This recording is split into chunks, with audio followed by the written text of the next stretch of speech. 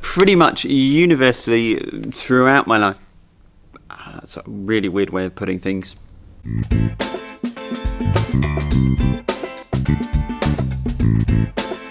Hello there, I hope you're having a wonderful day. My name is Johnny MacLeod and I am here to answer your audition questions this week.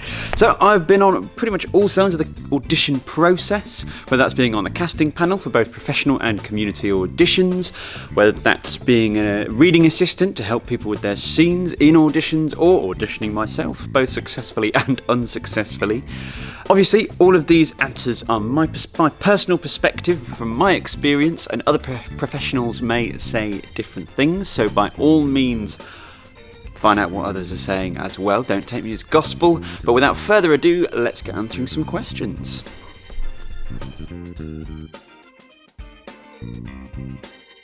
So this is a question I get asked all the time, and it's a really, really fantastic question. I think it's natural to want to stand out when we know that we're being seen as part of sort of a day of auditions. We want to be the person that the panel remembers. I think the key thing is embrace you.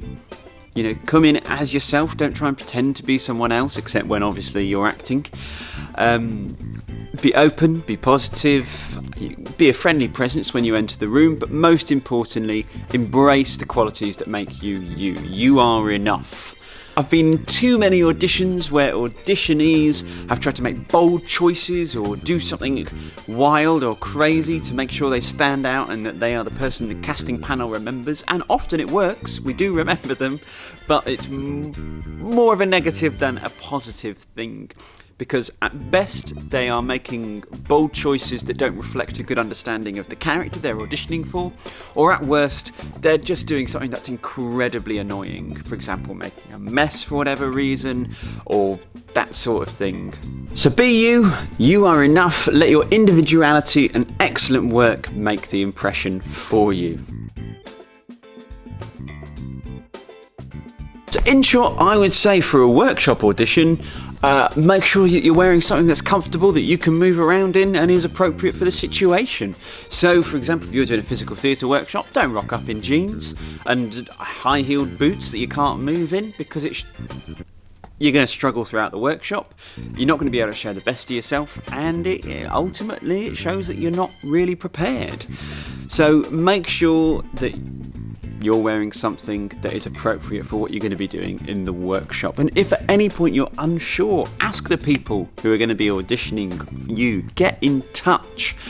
It's not going to count against you if you've asked whether you need to wear a pair of tracky bottoms or not. So I think when approaching perhaps a more individual audition or a reading audition, I think the best way to dress is perhaps take a few characteristics. So if they're a very aggressive or combative character that moves around a lot, needs to be able to move at a moment's notice, perhaps dress in a way that reflects that, sort of reflects that aggression and also that ability to need to move around at any given time. You don't need to wear a costume. I know we're here with Hollywood, all of these wonderful things where people have submitted tapes or that sort of thing, or turned up for auditions in full costume. You don't need to do that. If anything, it's going to inhibit you, and you want to be able to do your best work and be flexible in your audition as well. The key thing when it comes to sort of dressing a certain way for auditions is you're essentially helping the panel along a little bit to imagining you in that role. So don't panic, don't overthink it.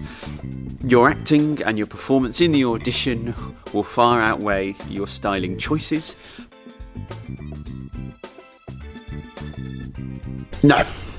Whilst agents, I think, are really, really useful, there's nothing to stop you getting stuck in yourself. Most call-outs for roles and that sort of thing, certainly if they're open calls, will go out on the usual sort of national casting call websites, so things like Spotlight or any other reputable websites, and there's nothing to stop you applying for those independently.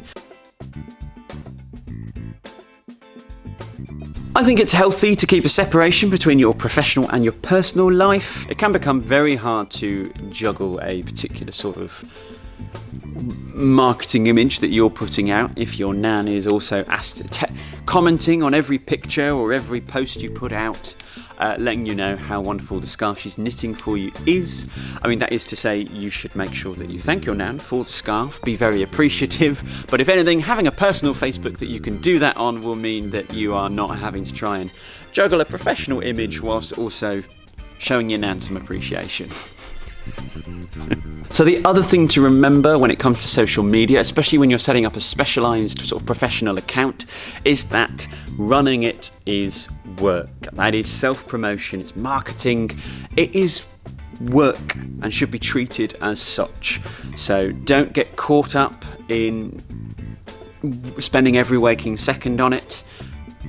Allocate some work time as you would in any other situation and do what you need to. I think it's very important to think as well about what you're putting out on it. That is to say, you've got some variations. Something like Facebook or Instagram is perhaps a little bit more passive. You know, it's about, a lot of that is about sharing what you're already up to, whereas sort of much more active sites or apps such as TikTok or YouTube, it's much more about generating content specifically for the app, and so it's sensible to think about what you're actually going to do with that. So when it comes to setting up your specialised page, make a plan. Knock out what you're going to do, what your aims for the page are, and stick to it. When it comes to child actors, I would make sure that your child is A, the correct age to be on the app, B, that it is sort of the control is retained by someone responsible and who has the child's best interests at heart.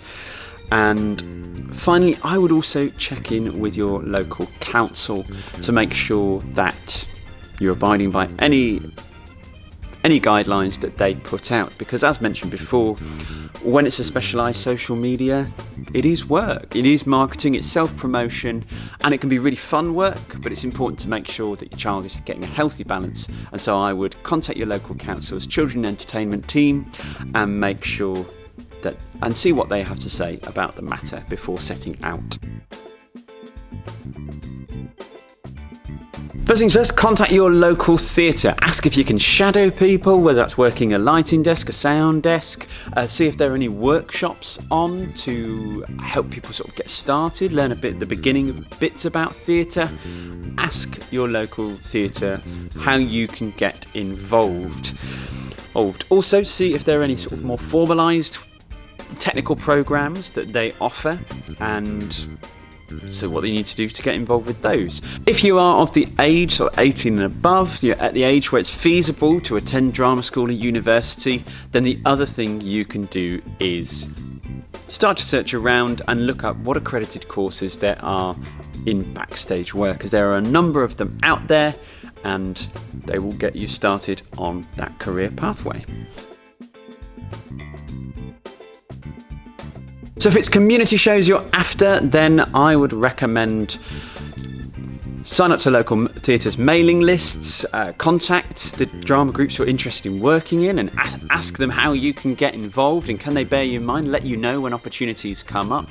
Follow your local drama groups or theatres on social media, that sort of thing, and essentially just keep an eye out for that. When it comes to a professional sense, every theatre can be different with this, but I would probably say still look to moving through the professional channels. So those your casting websites, your call-outs. Though one quick side note I would recommend is make sure when it comes to casting websites or anything like that, first make sure they're reputable by doing a little bit of research.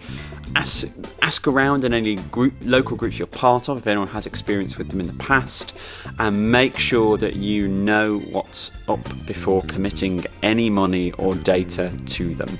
So thank you very much for listening. I hope that will help you get cracking with your auditions as we start to open up and all the wonderful opportunities start to appear again. I hope that you can go in with that little bit extra confidence and smash it.